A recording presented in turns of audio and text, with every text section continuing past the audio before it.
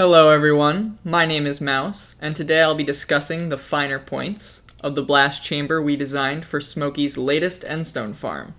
If you haven't already, I'll put the link to his channel in the description. You should go check out his video on how island generation works. All blast chambers start with the same basic principle. The block to be harvested is moved by a piston, and when it is moved, there is a 3 game tick window where the block is no longer itself, but is instead block 36. This is a placeholder block with 2 interesting characteristics. The first is it has 0 blast resistance, allowing us to break many more blocks than we would otherwise be able to. The other interesting characteristic is that it drops its item with 100% efficiency. This project was a lot of fun, as this blast chamber has a number of unique constraints that other vertical blast chambers do not have.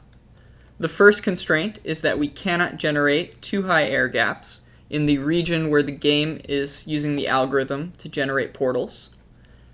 This is clearly marked with red glass and a nice sign by Smokey. Any too high air gaps in this area will be found by the algorithm, and they will change where the portals are generated. The only way to guarantee that we never generate a too high air gap is to not touch this region. So effectively, 1 quadrant of the blast chamber is inaccessible. This leaves 3 semi-symmetrical quadrants. These 2 along the diagonal are slightly larger, while this quadrant is a mirror image of this one. Our next constraint is that we are only interested in the block per cycle efficiency. Normally with a TNT chamber, you would be interested in how many blocks you can break per TNT. However, this time we're interested in how many blocks we can break per cycle. So we've optimized to use 3 separate TNT dupers. With this configuration, we've found that we can maximize the number of blocks broken, and we minimize the number of blocks lost due to shielding.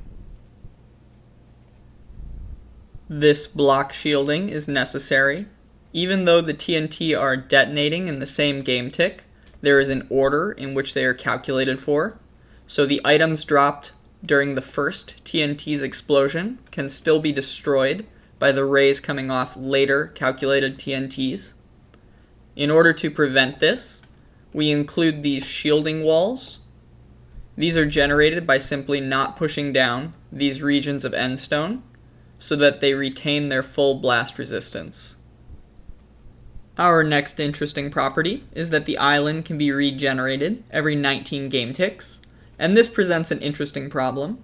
Here I have a chamber that's running on a 19 game tick clock, and as you can see, items dropped in one set of explosions are destroyed in the follow-up set of explosions, in which case you're not collecting any items per cycle. Smokey and I optimized this design, and we found that a 29 game tick clock produced the most items per hour. Our final constraint is that the farm cannot be allowed to break under any circumstances. If you'll recall, the only way for this farm to truly break is for 2 high air gaps to generate in the forbidden region. This would only be repairable by complicated portal cycling or a server reset. You'll notice that 2 of our shielding walls are in this forbidden zone, and we need to be sure that under no circumstances will TNT ever destroy portions of those walls. This can be achieved with a simple command block setup where we're summoning TNT in the correct location. I surround the TNT with slime, which has a blast resistance of 0, and then we simply detonate over and over again, checking that the walls are never destroyed. A day of tick warping confirms that these walls will never generate any too high air gaps. The TNT detonation location was selected to ensure that the farm would continue to operate, even with the worst case RNG possible. Here I'm simulating the game rolling the minimum TNT range multiple times in a row, and as you can see, multiple columns have become disabled due to push limit. However, the farm can continue to run as no blocks are blocking the path of the TNT. In addition, no blocks are left behind that would catch items and prevent the farm from collecting endstone. The minimum TNT range can be better visualized using a command block setup. We start with a 0 blast resistance block, which we detonate TNT inside. We then save a copy of what that blast pattern looks like, and then we take the negative space and we save that. This is the blast shape of 1 TNT. If we run this setup repeatedly, we'll find that we reduce the number of blocks that are guaranteed to be blown up. And then finally, if we tick warp this setup, we will find the minimum TNT range. Here is the minimum TNT blast pattern. Once we have this, it can be fit to the blast chamber in order to ensure that TNT can always reach the desired location, and to minimize the number of broken columns in the event of the worst possible RNG. I have 4 miscellaneous notes. The first is that the TNT is actually inside of the island when it generates.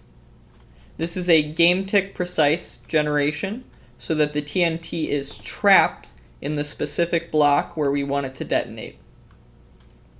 The second note is that the purple blocks on top are actually 0 ticked down.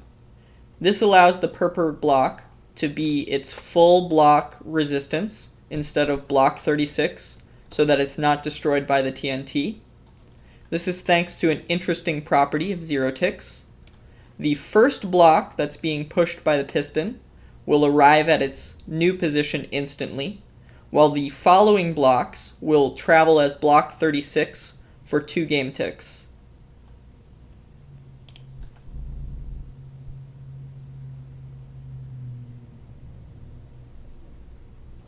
Next, because the TNT has an 80 game tick fuse, and the farm is running on a 29 game tick clock, it is necessary for the duper to be able to juggle up to 3 TNT.